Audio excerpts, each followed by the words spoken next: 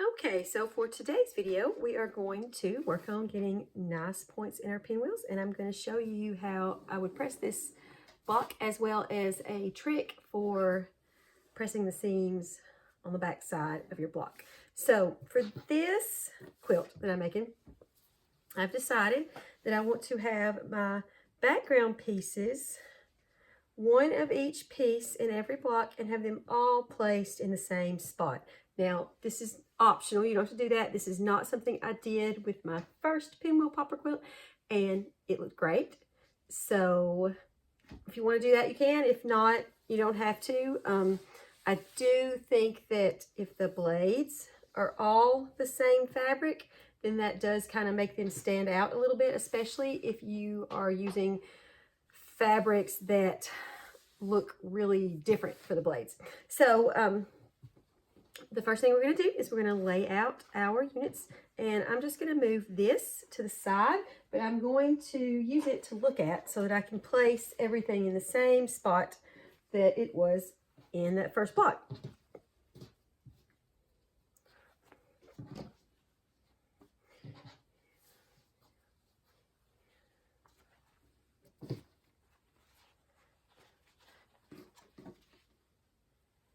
All right.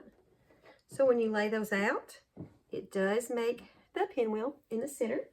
And to get nice points, the first thing we're going to do is we're going to pin these. Now we are going to use these seams that we made for our snowball, this seam right here, this seam right there, and we're going to use those, and you can actually nest those diagonal seams too to help those match up nicely. So you can see in this block, I have the seam pressed towards the pinwheel. If for whatever reason you prefer to press it the other way, you can, that's fine.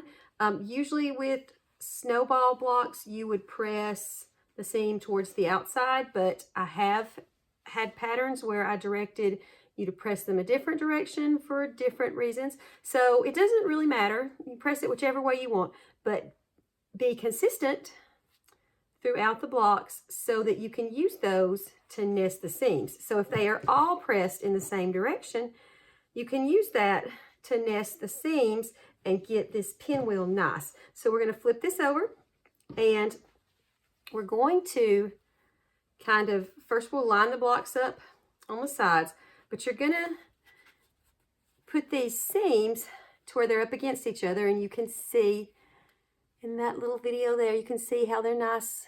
They're pushed up against each other, but you can feel it with your fingers. And you're just going to grab a pin and pin that just to hold it still for you. And then you're going to do the same thing with this bottom row. Flip it over, and you'll nest those diagonal seams. So what I'm doing here, not just feeling for the seams, but if they're not completely together, when you rub your fingers on them, it kind of pushes them together. So, and you can feel, when you nest those seams, you can feel whether they are together or not. So we're going to put a pin there, and we will go to the sewing machine, and we'll sew this row together, and then I'm just going to chain piece it. I'm not going to stop. I'll sew off the edge for about 1/2 inch and then sew the next one together. And then I will, after I sew those, I'll meet you back here and show you what's going on.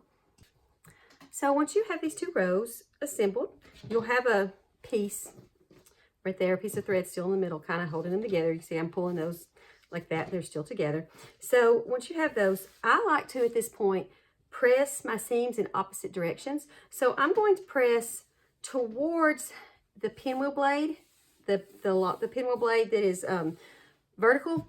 And the reason for that is just because you'll end up being pressing towards the dark side. And also, it also solves the little bit less bulk right here. But, you know, if your fabric placement is different, then you can go the other direction if you want to. It's up to you. but you just want to press them in opposite directions. And if you're an open seams presser, then do that. But this is just what I like to do, and I thought it might help you guys too. So you're welcome to use my method or not. But press these seams in opposite directions. And I'm going to grab our pin again, and you will fold these over to each other, right sides together. And you're going to get your pin, and what you're looking for is this line where the stitch lines, your diagonal stitch line and your vertical stitch line cross. And you're going to put a pin right through that line. And I do have a reel on Instagram where I was using purple fabric, and you can see it a little bit better. So I'll show that after we make this block. So you've got that one pin through that stitch line, and then it's just through the one side of the fabric now. And then the rest of the way through, you're going to put it at this point, that point right there where all those fabrics meet. So you're going to put your pin through that.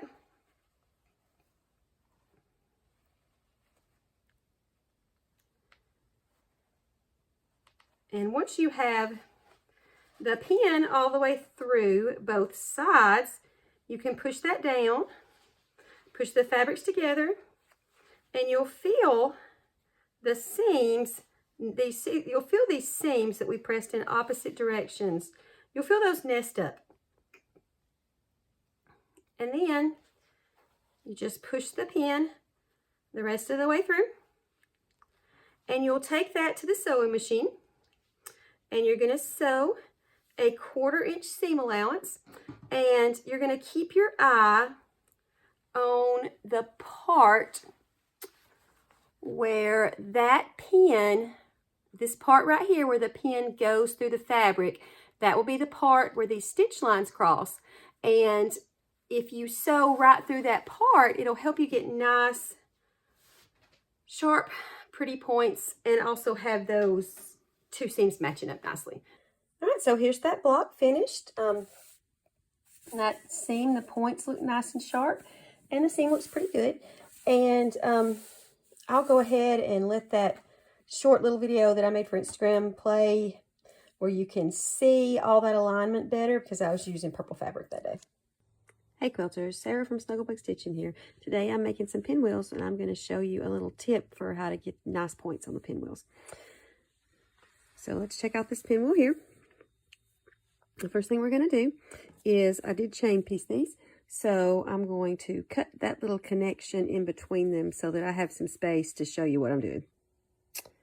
Okay, so now that we've got those two pieces separated, we're going to sew these rows together. So we're going to stack our rows right sides together like always. It doesn't have to be perfect right now because we're going to pin it first. So we're looking at that spot where this stitch line and this stitch line meet, and we're going to put a pin right through that intersection and only going through the first row for now. So now that we've got that pin through that intersection in the top row, we're going to take the pin and pin it the rest of the way through. So we're going to go through the part where the two half square triangles meet on the other row. So now that you've got those two pinned together, you'll sew your 1/4 inch seam allowance, and you're going to watch, when you're sewing this 1/4 inch seam allowance, you're going to watch that intersection point, and you can see the point where the pin is going in, and you're going to try to line your seam allowance up with that. So now that we've got our seam allowance sewn, let's open that up and see if we were able to keep all our points.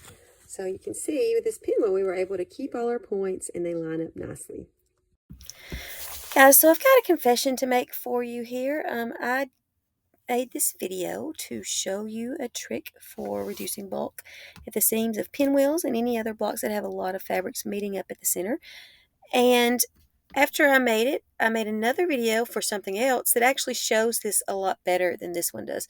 So we are going to switch over to that other video. So you're about to see a drastic fabric change, but it should help you. Today we are going to look at some pinwheels and reducing the bulk at the seam in the pinwheels. So when you look at pinwheels, got some here.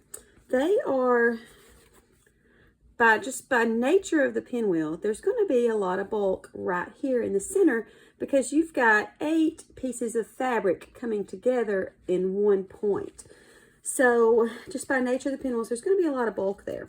So here's some pinwheels sewn together, and the seams for the half square triangles are all pressed towards the dark side of the fabric, but the problem is that cross-section seam as far as all the bulk, and that's what you have to work on to reduce it. So there's a couple ways you can do that.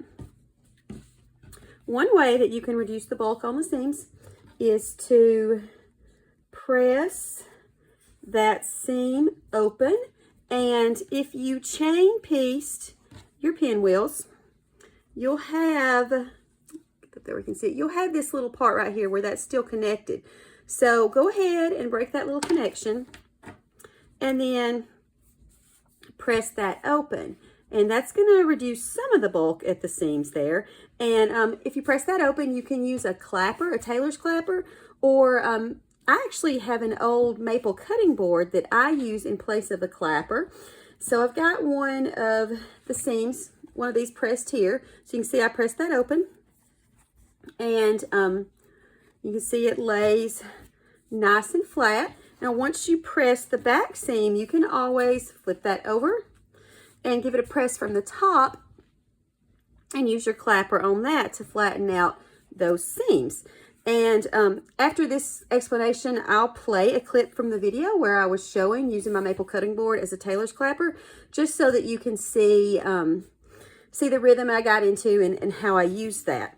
So that's one way that you can reduce the bulk at the seams with your pinwheels. And another thing you can do is to spin your seams. So when you spin your seams, you'll flip it over, and like I said, if you chain piece these, you'll have a place where it is still connected, and you will want to use your seam ripper to break that connection. So once you get that little connection broke, what you're going to do when you spin your seams is you are going to basically unpick the stitches, the first couple of stitches in this seams. And if it doesn't unpick easily, use your seam ripper to do it, just because you don't want to tear your fabric. But you see mine's coming apart pretty easy there. And unpick those stitches, and then once you have those unpicked, I like to press this side of that seam to the dark side and this side of that seam to the dark side. And when you do that, you'll have what I always thought looks sort of like a little flower right there in the center. And that's going to reduce some of the bulk at your seams as well. And then once you have that, you'll get your iron and just press down on it. And then you can use your clapper, or like I said, I use an old maple cutting board for that. And the nice thing about this spinning the seams is that if you were needing to sew this pinwheel to another pinwheel, when you spin the seams, I've got one here, you can see, since I spun the seams, these seams will actually still nest, whereas if I had pressed my seams open, then that cross-section seam won't nest with the other cross-section seams. Now, for my Ninjas in the Jungle pattern, you're not sewing these pinwheels to other pinwheels, so that's not really a huge factor. But it is, you know, just something to think about if you did have a pattern where you were using mostly pinwheels and having to sew pinwheels to other pinwheels. So you can see this one right here that's already done. Spun the seam, and when you flip that over, you can give it a press from the top if you want to, and then use your clapper on that as well. And that way your pinwheel will lay nice and flat. So you got a couple options here. We've got open seams versus spinning your seams. And that's kind of all down to preference as far as which one you like better. And it may also have to do with what you're doing with these pinwheels. If you're not sewing the pinwheels to other pinwheels, you probably don't care whether this cross-section seam will nest to the other cross-section seams or not. So that may not be a factor. A lot of patterns, I actually direct to press the cross-section seam of pinwheels open, just because a lot of people are familiar with pressing open seams, but they may not be familiar with pressing, like with spinning the seams like this. Now, this spinning the seams technique, You can do that with 4 patches, even though there's not going to be a lot of bulk at the seams of the 4 patch. You can do that with your 4 patches, and that'll make it to where you can nest that cross section seam as well. You can do it with hourglasses so that you can nest the cross section seam. So it's a nice little technique. I'm going to do one more for you just to show you. So if you chain pieced your pinwheels, we'll pick that apart first. And then when you press your seams, you're just looking, or when you spin your seams, you're just going to pull this seam apart. And if it pulls apart easy like mine did, you don't have to get your seam ripper out. But if you see it's struggling to pull apart, then you may want to use your seam ripper just so that you don't rip your fabric. So I'm going to use the seam ripper on this one just to pick a few of those stitches there at the top out so that I can pull that seam apart. So see, I've pulled that seam apart and I've pulled that seam apart. And then once those seams are pulled apart, you just pull them in opposite directions, and I like to pull it over so that we are going towards the dark side of that pinwheel.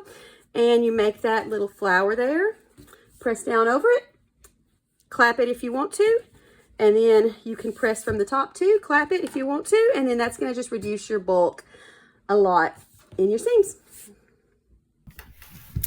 So you can see me in this video using my old maple cutting board as a tailor's clapper, and you can see how I was able to get into a nice rhythm of set the seam, press, put the clapper over that one, leave it under there while you do the next same thing with the next one, set the seam, press, move the clapper over, and then kind of switching back and forth. So you can see how it was easy to get in a nice rhythm with that, and that should help you flatten out those seams and reduce some of the bulk.